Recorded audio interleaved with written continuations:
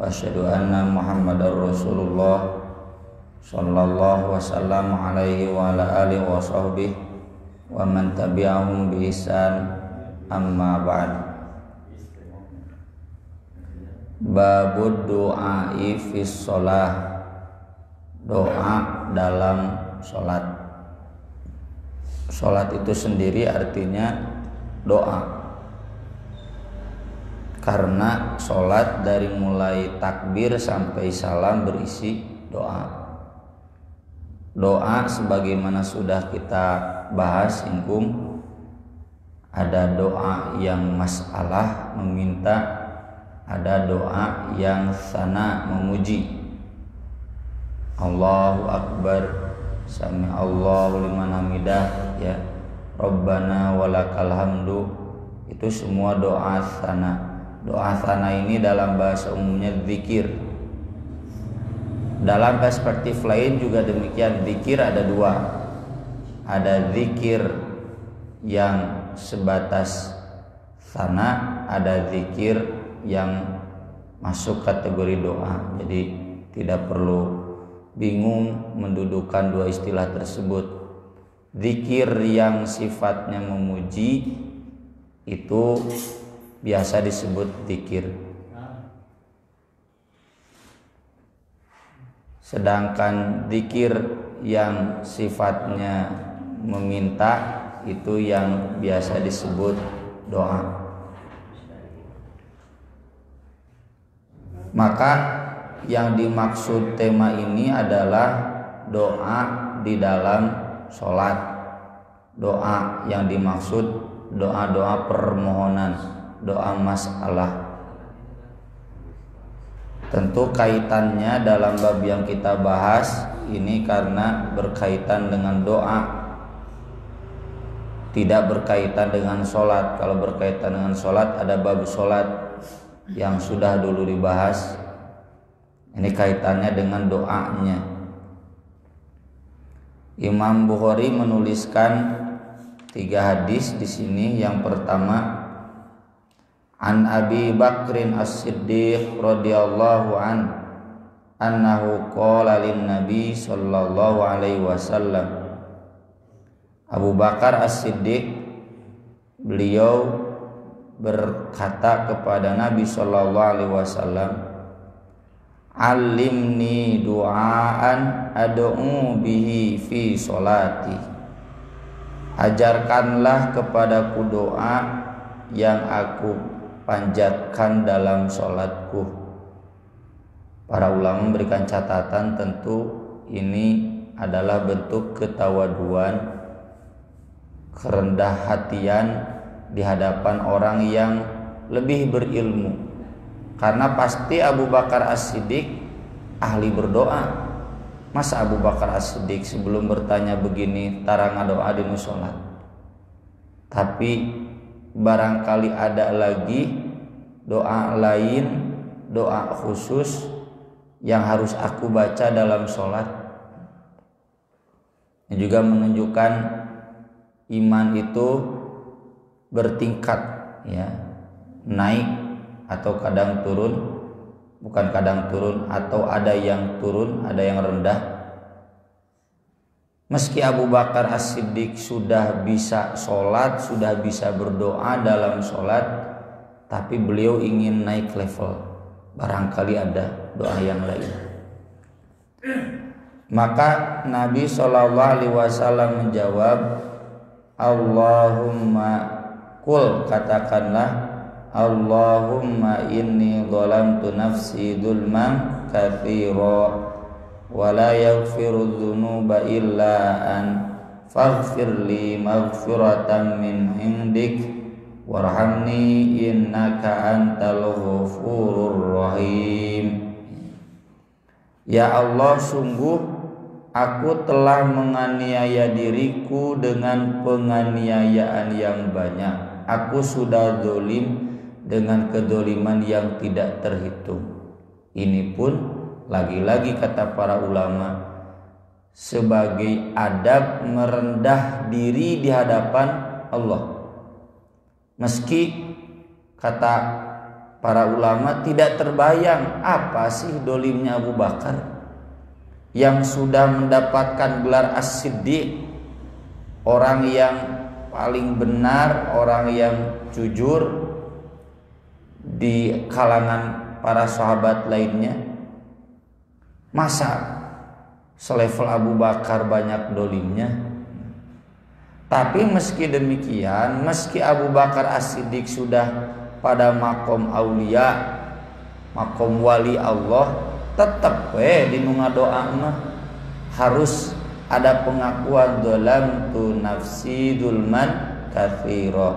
Ini nanti hikmahnya untuk membersihkan hati dari sifat takabur, merasa cukup, merasa sudah tuntas, sudah selesai, merasa tidak ada masalah. Kalau saya sebagai seorang ayah dengan doa ini mengajarkan bagi saya pribadi untuk selalu melihat kekurangan saya sebagai ayah. Kalau saya sebagai guru, berarti doa ini mengajarkan saya pribadi untuk selalu terlebih dahulu melihat kekurangan saya. Ketika lihat guru-guru yang lain begitu, santri begitu, tidak langsung menyalahkan santrinya, tapi berkaca dulu. Meski bukan berarti kemudian menghentikan amar ma'ruf nahi munkar, ya, itu wajib. Sebagaimana dibahas oleh Imam Ibnu Katsir ketika bahas ayat atamuruna an-nasa bil birri wa tansawna anfusakum wa antum tatlunal kitab afala ta'qilun. Itu kan kritikan orang-orang Yahudi yang suka amar ma'ruf nahi munkar, tapi mereka sendiri meninggalkan ma'ruf dan mengamalkan munkar. Nah, ada diskusi di kalangan para ulama, apakah kita lebih baik amar ma'ruf nahi munkar meskipun dengan terbatas ilmu dan amal, ataukah karena masih terbatas ilmu dan amal kita tinggalkan amar ma'ruf nahi munkar? Masalahnya amar ma'ruf nahi munkar wajib, meningkatkan ilmu dan amal juga wajib. Kata Imam Ibnu Katsir, yang paling tepat adalah menjalankan dua-duanya sekaligus. Jadi jangan mentang-mentang bapak bukan ustadz, bukan guru, tara curak carek. Kalau kita tahu itu sesuatu yang salah, wajib kita menegur, meskipun diri ini masih sedang belajar meninggalkan kesalahan itu.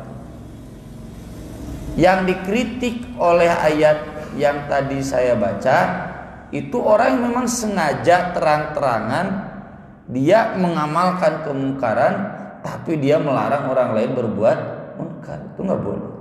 Kalau orang masih belajar, masih dalam usaha untuk meningkatkan ilmu dan amal, tidak jadi soal.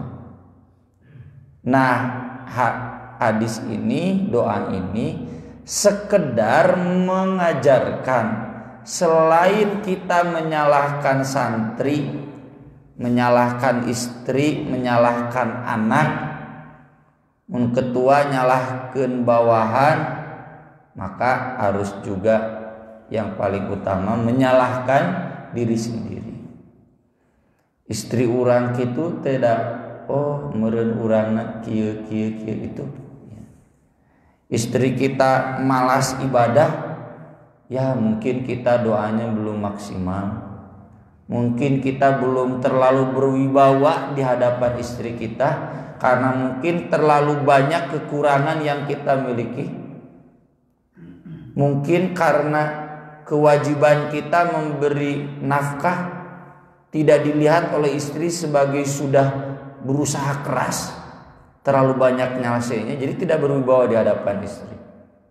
Atau mungkin karena saya sendiri juga malas ibadah.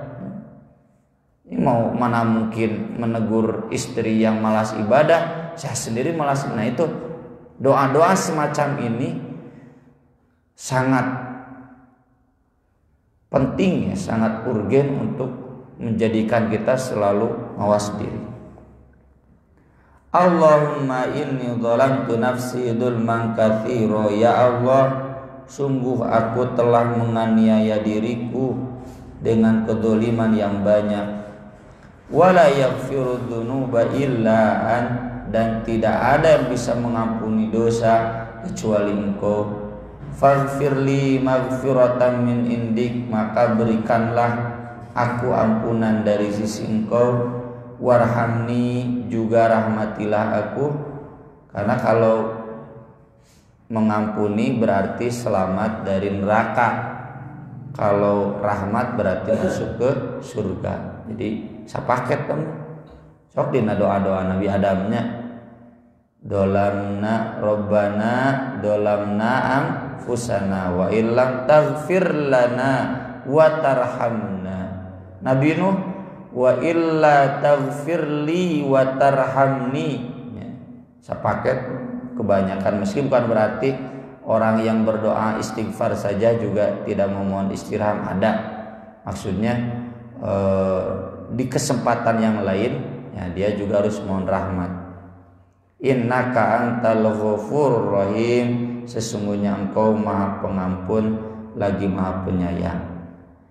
Di sini tidak disebutkan kapan ini dibacanya, tapi Imam Bukhari menuliskan hadis ini dalam bab doa sebelum salam. Teksnya mana ya?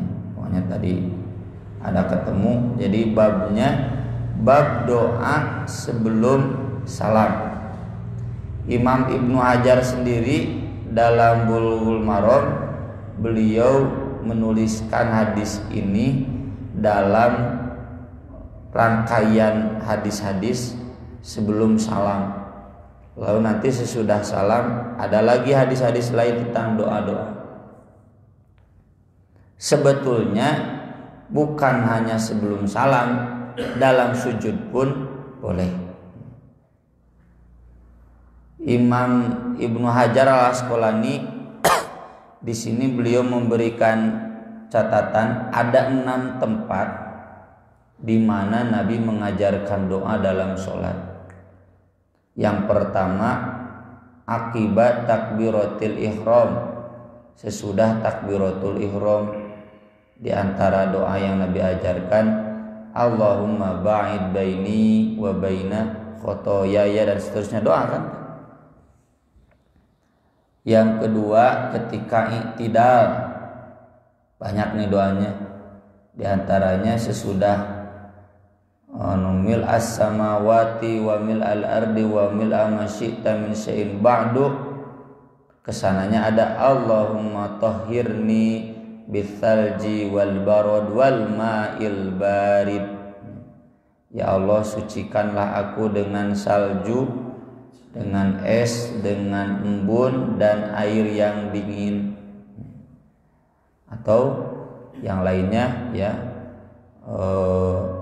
wa mil'a ma syi'ta min syai'in ba'du ahlas sana wal majd ahaqqu ma qala al-'abd wa kulluna laka 'abd la mani'a lima a'tait, dan seterusnya. Termasuk doa i'tidal yang kemarin kita bahas. Tapi dalam sholat tahajudnya tong dibaca dina sholat wajib bisi di subhanallahan.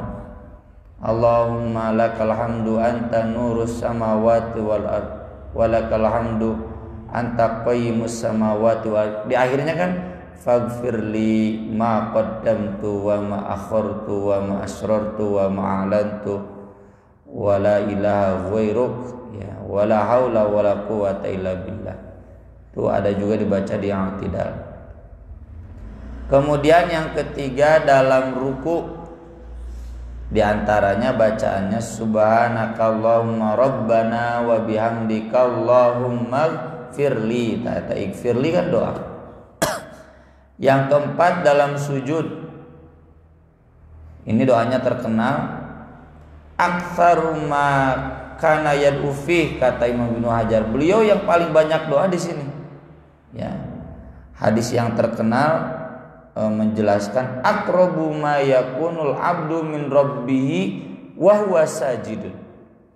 posisi di mana seorang hamba paling dekat kepada Allahnya ketika dia sujud. Maka kata Nabi, fajtahidu lahu fid du'a, karena di sini potongan. Maka bersungguh-sungguhlah dalam berdoa, faqaminun an yustajaba lakum. Itu sangat besar peluangnya untuk diijabah.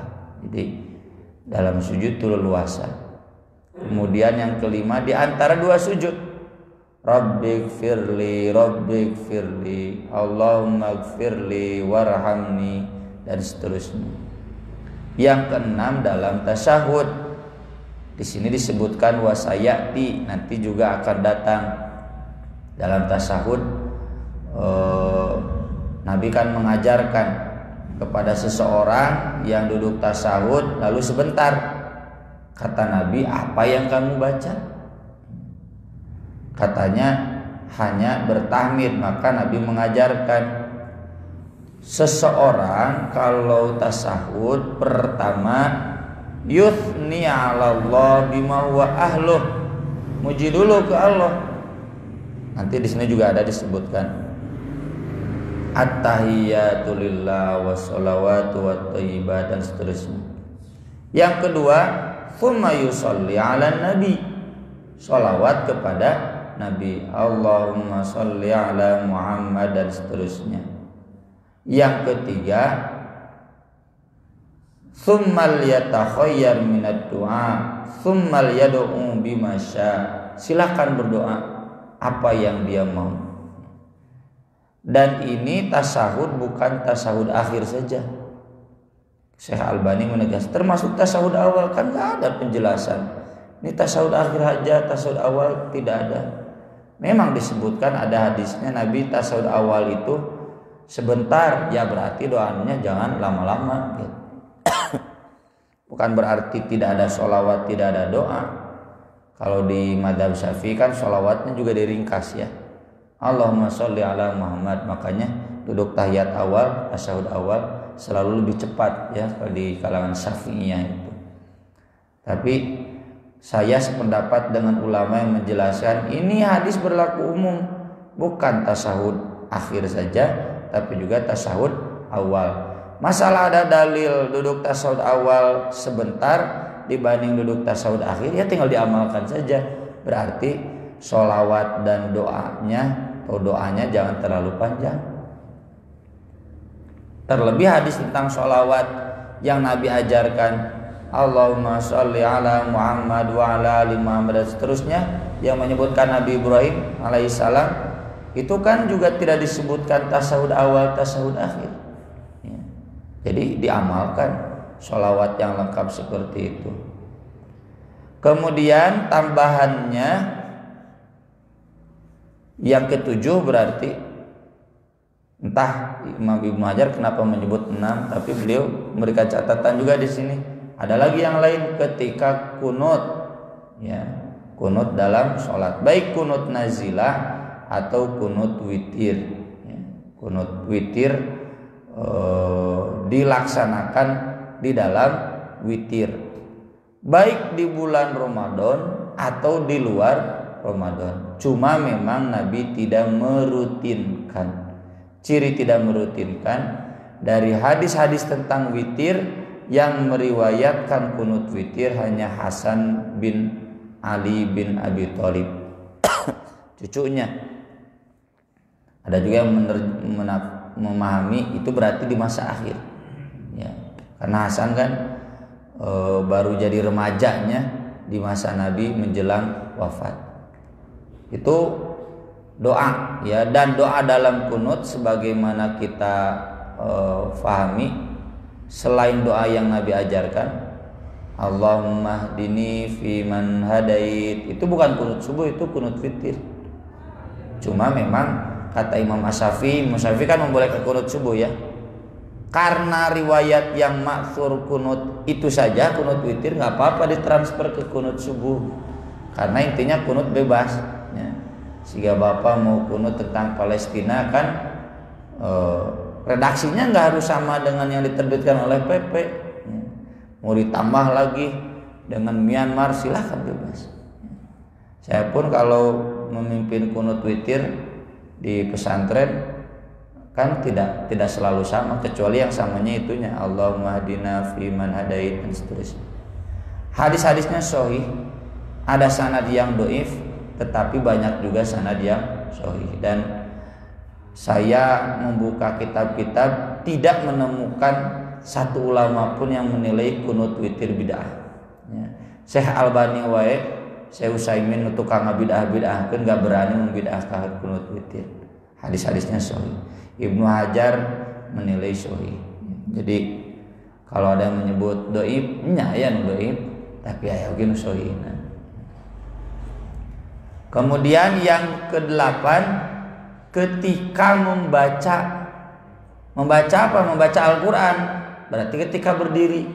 Karena disebutkan di dalam hadis Hudzaifah, Nabi kalau lewat ayat tentang rahmat, ya, misalkan wasi'a rabbi kulla syai'ir rahmah, berhenti dulu, Allahumma arhamni, ya Allah rahmatilah aku. Lalu dilanjut, alallahi tawakkalna.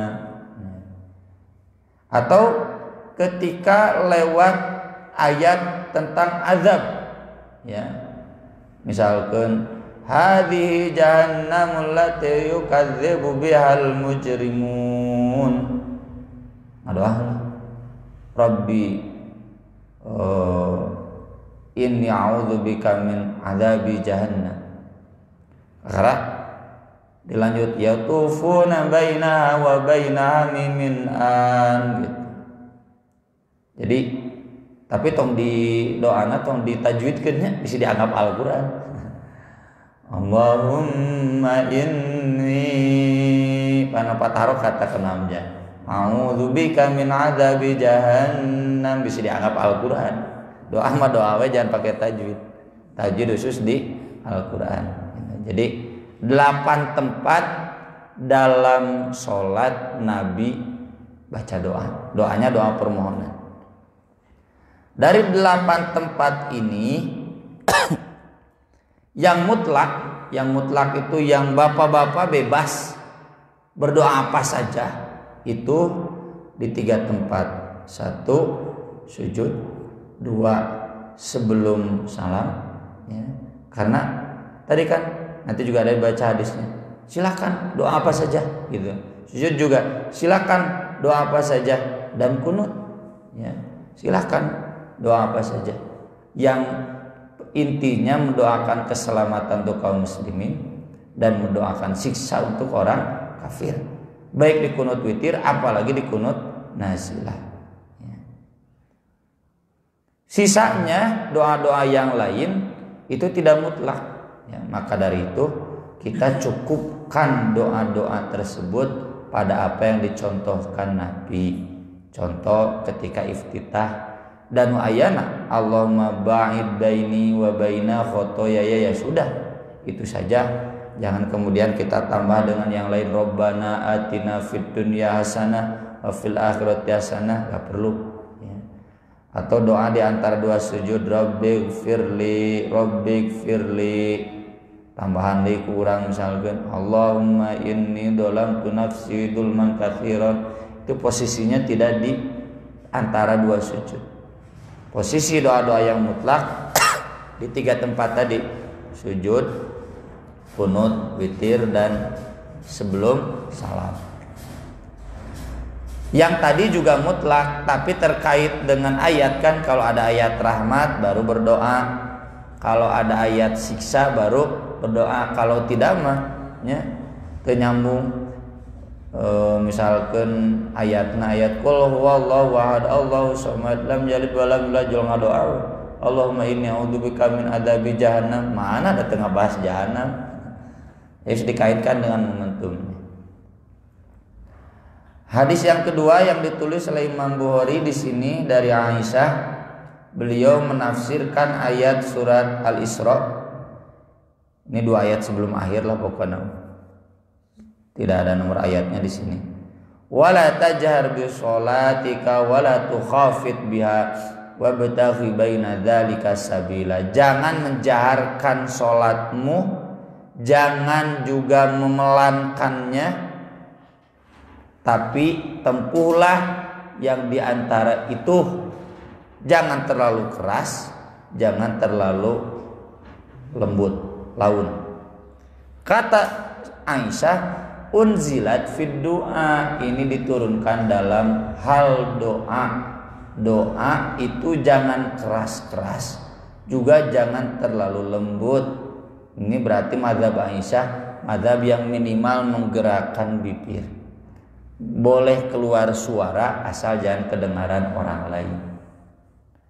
Tapi ya Ibnu Abbas sendiri menjelaskan, ini sudah pernah saya bahas dulu dalam buletin At-Taubah terkait pertanyaan boleh tidak imam ngimaman suaranya dikeluarkan speaker ya.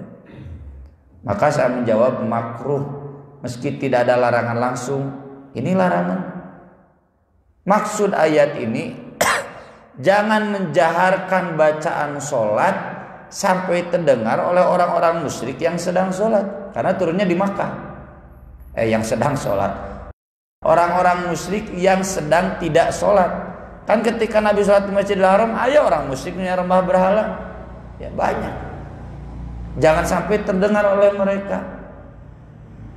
Jangan juga terlalu pelan sampai tidak terdengar oleh jamaah sholat Nabi, oleh Abu Bakar, oleh Umar, oleh Ibnu Mas'ud, sahabat yang sudah masuk Islam di Makkah. Pertengahan.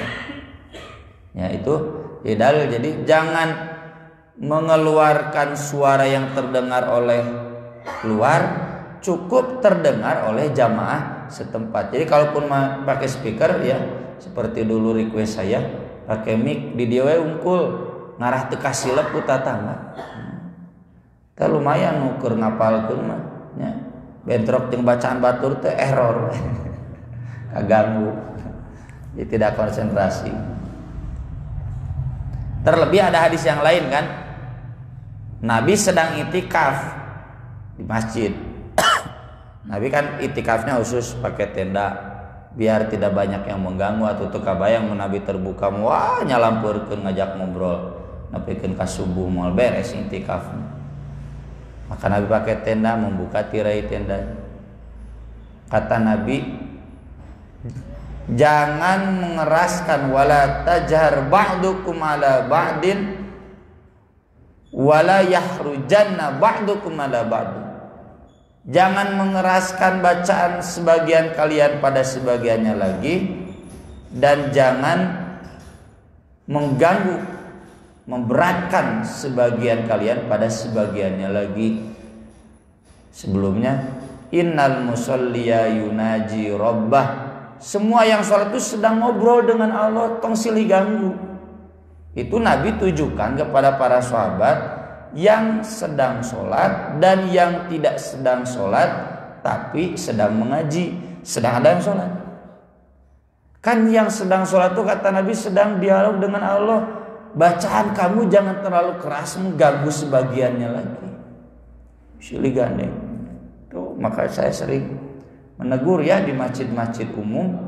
Kalau saya datang Jumatan ya, lalu kemudian ada yang nyetel datang ada KM-na punten pareman kaganggu. Sekarang waktunya tidur bukan waktunya ngaji. Sunnahnya sebelum Jumatan itu sholat. Jangan ada bacaan Quran yang mengganggu sholat. Lain artinya nyarek ngaji ya Ustaz cenah nyarek ngaji. Lain nyarek ngaji. Nabi sendiri yang melarang jangan sampai bacaan sholat itu mengganggu yang karena ngaganggu atau ngaganggunya bukan mengganggu masjid yang lain yang sedang sholat. Nu di rumah kan keur sarolat sarua. Kemudian ada jamaah juga nya Jumatan ngaji tarik. Tegur, pernah tuh di masjid Propil dan banal tuh, orang sholat ngaji deh, tegur deh, orang sholat ngaji deh, masih wa ketinggalin mah masih wa, maka bahasa di nangkut baju Jumat, kata DKM-nya, ya Ustaz, bagus, lebaran, ya udah cetek tulis satu, di waktu menjelang Jumat dilarang ngaji keras, atau makin dilarang ngaji unggul, dilarang ngaji keras gitu. Karena mengganggu yang sholat. Jadi itu maksud ayat ini. Dalam hadis-hadis lain juga disebutkan Nabi itu kalau baca sholat cukup terdengar oleh yang sedang sholat. Ini juga jadi dalil imam tong laun teuing sorana nepikeun ka saf yang belakang tidak mendengar, harus yang keras.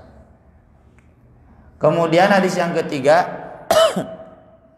pertanyaan dari Abdullah bin Mas'ud, dulu kami dalam sholat babacaan teh assalamu ala Allah, assalamu ala fulan. Kalau berdoa keselamatan bagi Allah, keselamatan bagi si anu disebutkan.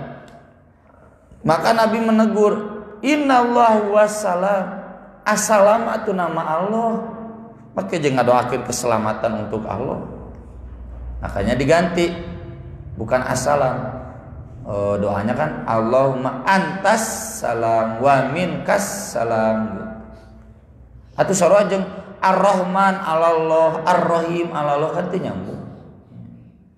Maka kata Nabi, kalau salah seorang di antara kamu duduk dalam sholat, ini maksud duduk tasyahud, falyaqul, bacalah at-tahiyatu lillah wassalawatu wathayyibat assalamu alaika. Nah, bukan assalamu alallah. Assalamu alaika ayyuhan nabi wa rahmatullahi wa barakatuh. Assalamu alaina wa ala ibadillahi sholihin. Kata Nabi, faidha qolaha, kalau seseorang berdoa yang tadi wa ala ibadillahi sholihin, asoba kulla abdin lillahi fis sama wal ardi sholihin. Itu doa kena ke semua hamba Allah yang ada di langit dan yang ada di bumi. Hamba Allah yang soleh, di langit mah pasti soleh kabeh, ya, yaitu malaikat. Ya, kalau jin kan nggak di langit, di bawah langit. Dan hamba yang soleh yang ada di bumi. Saya kalau banyak kan Ustaz cenah nadapi doana, didoakeun wae, unggal usik oge. Nah, cenah Ustaz maksudna, iya itu kan. Assalamu alaina wa ala ibadillahis sholihin. Tinggal bapana soleh henteu ceute gitu. Mun bapana soleh nepi ta doa, lamun teu mentok. Asyhadu an la ilaha illallah wa asyhadu anna Muhammadan abduhu wa rasuluh. Tsumma yatakhayyar minas sana ma syaa. Silakan pilih doa yang dia mau. Nah, ini bukan berarti sesudah syahadat langsung berdoa. Kan hadis yang tadi saya baca juga memerintahkan sholawat dulu. Kemungkinan besar ini di masa awal. Di masa alam masih salam kepada Nabi dulu. Nanti kan ada doa perintah sallu alaihi wasallimu taslima. Nah, sahabat nanya lagi, salamnya sudah tahu.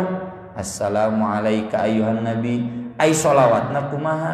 Maka Nabi mengajarkan Allahumma sholli ala Muhammad dan seterusnya. Jadi ini hadis babak pertama, ya, digabungkan dengan hadis yang babak keduanya, disambungkan, maka jadi 3. 1 kepada Allah dulu, yang kedua kepada Nabi sholawat, yang ketiga baru berdoa bebas. Mau tahiyat awal, mau tahiyat akhir.